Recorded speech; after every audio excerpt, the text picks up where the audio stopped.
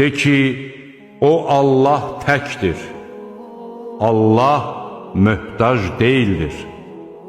O nə doğub, nə doğulub. Onun bənzəri də yoxdur.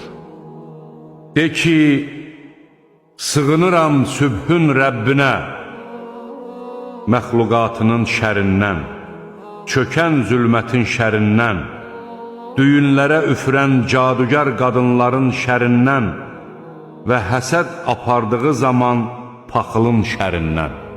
Aləmləri xəbərdar etməsindən ötürü öz quluna Furqanı nazil edən Allah necə də xeyirxahdır. Göylərin və yerin səltənəti ona məxsusdur. O, özünə oğul götürməmişdir və səltənətində də şəriki olan yoxdur.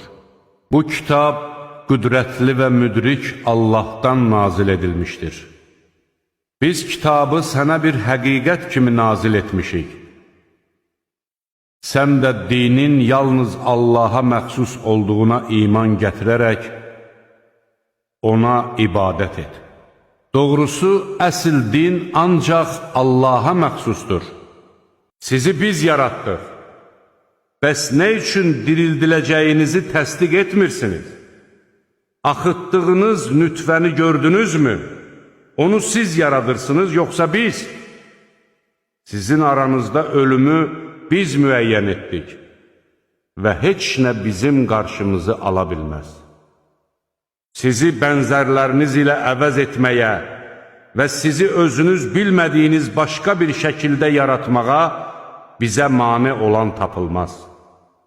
Siz ilk yaradılışı bilirsiniz. Bəs nə üçün dirildiləcəyiniz barədə düşünmürsünüz?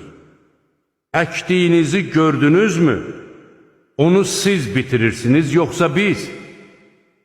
Əgər biz istəsəydik, onu bir saman çöpünə döndərər, siz də heyrətə gələrdiniz və deyərdiniz, biz ziyana uğradıq, daha doğrusu nemətlərdən məhrum olduq. İçdiyiniz suyu gördünüzmü? Onu buluddan siz endirirsiniz, yoxsa biz? Əgər istəsəydik, onu acı edərdik. Bəs nə üçün şükür etmirsiniz? Yandırdığınız odu gördünüzmü? Onun ağacını siz yaradırsınız, yoxsa biz? Biz onu cəhənnəmi yada salmaq və müsafirlərin istifadəsi üçün yaratdıq. Elə isə ulu Rəbbinin adına təriflər de.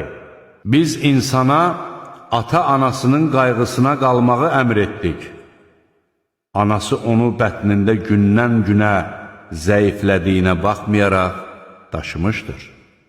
Onun süddən kəsilməsi isə 2 il ərzində olur. Mənə və valideynlərinə şükr et. Axır dönüş mənədir. Əgər onlar bilmədiyin bir şeyi mənə şərik qoşmağın üçün səni məcbur etməyə cəhd göstərsələr, onlara güzəşdə getmə. Dünyada onlarla gözəl davran. Mənə üst tutanların yolu ilə get. Sonra isə dönüşünüz mənə olacaq. Mən də nə etdikləriniz barədə sizə xəbər verəcəyəm. Dilinizin uydurduğu yalana əsasən, bu halaldır, o haramdır deməyin. Çünki Allaha qarşı yalan uydurmuş olursunuz. Şübhəsiz ki, Allaha qarşı yalan uyduranlar nicat tapmazlar.